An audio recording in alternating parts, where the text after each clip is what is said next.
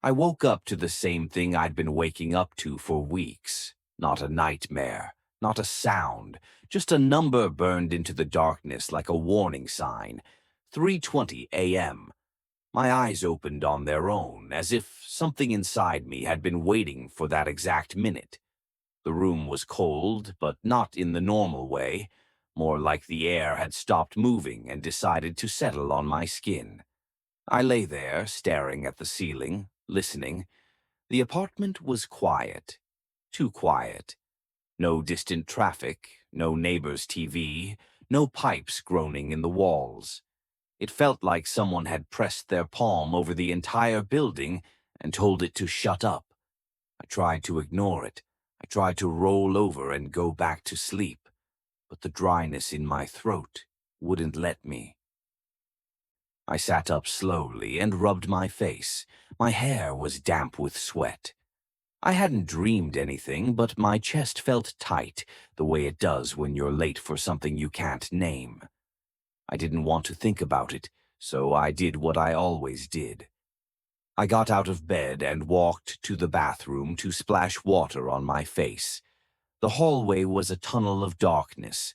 The floorboards were icy under my feet. My apartment was small, one bedroom, one bathroom, a narrow kitchen that smelled faintly like old coffee no matter how many times I cleaned it. The bathroom door was half open. I pushed it the rest of the way and reached for the light switch. Click. The bulb turned on with a weak yellow glow. Then it flickered. Once, twice. A quick stutter in the light, like it had forgotten how to stay awake. I sighed, annoyed more than afraid. The wiring in this building was ancient. The landlord had promised to fix it. Of course he hadn't. I stepped inside, shut the door behind me, and leaned over the sink. Cold water came out of the faucet like it had been stored in a freezer. I cupped my hands and splashed my face. The shock of it helped my brain wake up. I took a deep breath. And that's when I looked up. The mirror was wrong. At first I thought the light had gone out again, but the bathroom was still bright. The yellow bulb buzzed above me. The sink was clean. The tiles were the same ugly off-white they'd always been. Only the mirror. The mirror was completely black. Not dirty, not fogged. Black. Like a TV screen after you turn it off. Like a window at night when there's nothing outside. I stared at it, my hands dripping water into the sink. The surface didn't reflect the bathroom. It didn't reflect me. It didn't reflect anything at all. It was as if someone had replaced the glass with a sheet of darkness. My first thought was stupid and automatic. Maybe there's a power outage. But the light was still on. I lifted one hand slowly and waved it in front of my face. Nothing happened in the mirror. I moved closer until my nose was inches from the glass. Still nothing. Just that dark, empty surface, swallowing the room's light like it wasn't even there. The air in the bathroom felt heavier. My skin prickled. I reached out and pressed my fingertips to the mirror. The glass was ice cold. Colder than it should have been. I pulled my hand back quickly like it had bitten me. My mouth was dry again. "Okay," I whispered, because people say things out loud when silence starts pressing in. I grabbed a towel and wiped the mirror hard, expecting streaks of grime. Maybe some weird chemical film, something that would make sense. But the towel came away clean. The mirror stayed black. I tried the light switch again. Click. Off. The bathroom went dark for a second, then click. On. The bulb flickered once more, then stabilized. Everything normal. Except the mirror. I stood there, water dripping from my chin, feeling my heartbeat hammer against my ribs. Something about it felt deliberate. Not like a broken light. Not like old wiring. Like the mirror had chosen to stop showing me. I forced myself to laugh, quiet and shaky. "Great," I muttered. "Now my mirror's on strike." I backed away from the sink and reached into my pocket for my phone. The screen lit up my hand. The time still read 3:20 a.m. My fingers fumbled as I opened the camera app. I switched to the front-facing camera and held it up. My face appeared on the screen immediately. Pale, tired, eyes wide. That part was normal. I turned the phone so the camera faced the mirror. The phone's display showed the bathroom behind me. Sink, door, light. But the mirror in the video was just black. I frowned and tapped the screen, focusing. Nothing changed. Then I turned the camera back to myself. My face stared back on my phone screen, but in the mirror behind it, nothing. It was like the mirror was refusing my existence. A stupid thought slid into my head, unwanted and sharp. What if the mirror isn't broken? What if it's looking at something else? I shook my head. No, I whispered. Nope. I put the phone's flashlight on and aimed it directly at the mirror. The beam hit the surface, and the light didn't reflect back properly. It wasn't like shining a flashlight at glass. It wasn't even like shining it at a dark wall. The beam looked muted, swallowed, like the darkness in the mirror was eating it. The buzzing of the light above me grew louder, or maybe I just noticed it more. It sounded like an insect trapped in a lamp, desperate and angry. I lowered the phone and stared. For a moment I thought I saw movement beneath the black surface. Not a reflection, something deeper, shifting like slow smoke. Then the mirror made a sound, not a crack, not a pop. A soft, wet exhale, like someone breathing against glass from the other side. My stomach twisted so hard I almost gagged. I stepped back quickly, my shoulder hitting the bathroom door. My hand flew to the doorknob. I didn't know what I was expecting, that it would be locked, that something would grab my wrist. But the knob turned. The door opened. I stumbled into the hallway, my feet sliding on the cold floor. I didn't look back at the mirror. I couldn't. I walked backward until I was a safe distance away.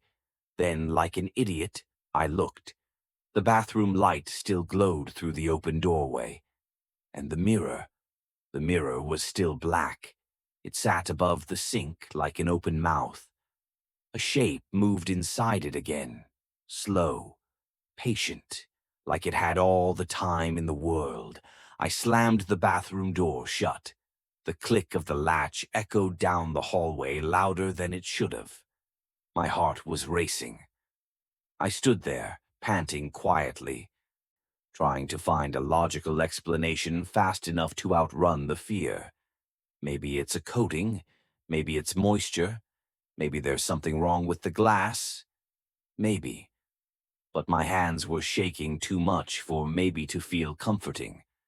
I backed away from the bathroom door and walked into the kitchen. The light switch was near the fridge. I flicked it on. The kitchen light turned on immediately. No flicker. Bright, normal, boring. I stared at it like it had betrayed me by being sane. I grabbed a glass from the cabinet and filled it with water, drinking too fast. The water tasted metallic, or maybe that was just the taste of panic.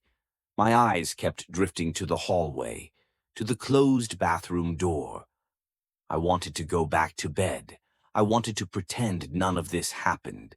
But I knew, deep down, in that quiet part of my brain that always knows the worst thing first, that if I tried to sleep, I'd just wake up again, and the mirror would still be waiting. I didn't know why I did it. Curiosity, stupidity, something darker. But I walked back to the hallway. Each step felt heavier than the last. The air was colder here, like the warmth from the kitchen refused to cross an invisible line. I stopped in front of the bathroom door. My hand hovered over the knob. For a second I imagined something on the other side, standing with its ear pressed against the door, listening to me breathe. I swallowed and turned the knob. The bathroom opened. The light was still on. Everything looked normal. I stepped inside. My skin crawled as my eyes climbed toward the mirror. It was still black. But now it wasn't just black. It looked deeper, like the darkness had thickness, like it could be reached into, like water. I stared at it, trying not to blink too much, trying not to breathe too loud. The buzzing bulb above me softened. Then the mirror breathed again. A slow inhale, a slower exhale. And this time I heard something else. A faint scratching sound, like fingernails dragging gently across glass. Tick, tick, tick. I froze. The sound didn't come from the mirror's surface. It came from inside it, from the other side. My throat tightened. I forced my voice out, barely above a whisper. "Who's there?" The bathroom swallowed my words. For a moment, nothing happened. Then the mirror's darkness rippled. A thin line appeared across it like someone had drawn a slit through the black. Not light, not a reflection. Just a slightly lighter shade of darkness, like a seam. And out of that seam came a voice, soft, close. It didn't echo like it should have. It sounded like it was inside my skull. It said my name, not shouted, not spoken. Breathed. Ethan. My blood went ice cold. I didn't even remember telling anyone my name in this building. I barely talked to my neighbors. I never had guests. And yet, it knew. I stepped back so fast I nearly slipped. My palm hit the counter. The voice in the mirror didn't speak again right away. Instead, it did something worse. It laughed. Not a full laugh. A tiny little sound of amusement, like someone who just watched you step into a trap and couldn't help smiling. I shook my head violently. No, no, no, no. I turned away from the mirror and stared at the bathroom wall. It was just tile. Old. Stained in the grout. Normal. I counted in my head. 1, 2, 3. I turned back. The mirror was still black, but now there were words on it. Not carved, not painted. Words formed in pale fog, like a fingertip writing on steamed glass. "You're not you." I stared at the message until my eyes burned. "What is that supposed to mean?" I whispered. The words faded slowly, swallowed by darkness. Then new words appeared. "Look closer." My breathing became shallow. Every instinct screamed at me to leave, to run, to get out of the apartment and never come back. But my body didn't move. The mirror felt like gravity. I stepped toward it, 1 inch at a time, like a sleepwalker approaching an edge. The darkness shifted again, like slow liquid. For a moment I thought I saw a shape forming behind it. A faint outline. A head. Shoulders. Someone standing where my reflection should have been. But it wasn't me. It couldn't be. Because it was standing wrong. It was angled slightly, like it was watching me from a corner I couldn't see. Like it was studying how I stood, how I breathed, how my face moved when I was afraid. And then it smiled. I didn't see teeth. I didn't see eyes. But I felt the smile, the way you can feel someone grin at you in the dark. A sudden wave of nausea hit me. My knees wobbled. I leaned over the sink and gagged, but nothing came up. When I lifted my head again, I made the mistake of looking into the mirror. The shape was closer. Closer than it should have been. It was right against the surface now, like it was pressing itself toward the glass. A hand rose inside the blackness. Not my hand. Long fingers. Too thin. The joints bending strangely, like it hadn't used them in a while. It pressed its palm flat against the darkness, and the darkness pressed back. It wasn't glass, it moved, like skin. I stumbled backward, shaking, almost falling. "Stop," I whispered. "Stop it." The bathroom light flickered violently. Once, twice, 3 times. The mirror's darkness pulsed with each flicker, like a heartbeat. A thought hit me, clear and awful. It's learning. It was watching me to copy me. The phone in my pocket buzzed suddenly. I nearly screamed. I pulled it out with trembling hands. No notification. No call. Just a blank screen. Then it lit up by itself. A message appeared. From an unknown number. "I can do it better." My mouth opened, but no sound came out. My hand shook so hard the phone nearly fell. The mirror's black surface rippled again, more aggressively now, like something underneath was pushing. The scratching sound returned, faster. Tick, tick, tick, tick, tick, like impatient fingers tapping on a door. Then the mirror spoke again, that same soft breath of a voice, filling the room like poison. "You're tired." I backed toward the door. "What do you want?" The mirror's darkness swelled like it was inhaling. The light above me dimmed slightly. Not off, just weaker. The mirror whispered, "To be seen." I swallowed hard. "Then show yourself somewhere else." A pause, a slow ripple like it was thinking. Then the mirror said, "I already have." The bathroom felt suddenly smaller, tighter, like the walls moved closer. I looked down at my hands. At first, they looked normal. Then I noticed something that made my entire body lock up. The skin on my wrists looked dull, not pale, dull, like the color had drained from it, like blood didn't belong there anymore. I rubbed my wrist hard.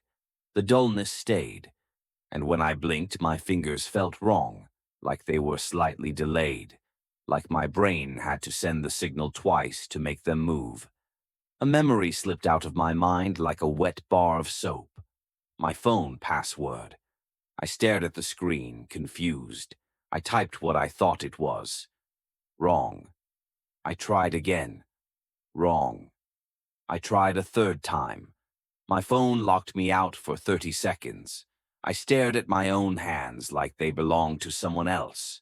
In the mirror, the shape moved again, its head tilted, like a curious animal watching prey weaken.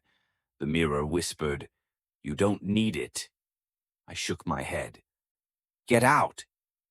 It laughed again, that tiny sound of amusement. And then the bathroom door closed behind me. I hadn't touched it. It swung shut with a slow, gentle motion. Click. The latch locked. My breath caught in my throat. I spun around and grabbed the knob, yanking. It didn't move. I yanked again, harder. Nothing. Panic slammed into me, full force. "Hey!" I shouted, voice cracking. "Open the door!" The mirror's voice was calm, almost kind.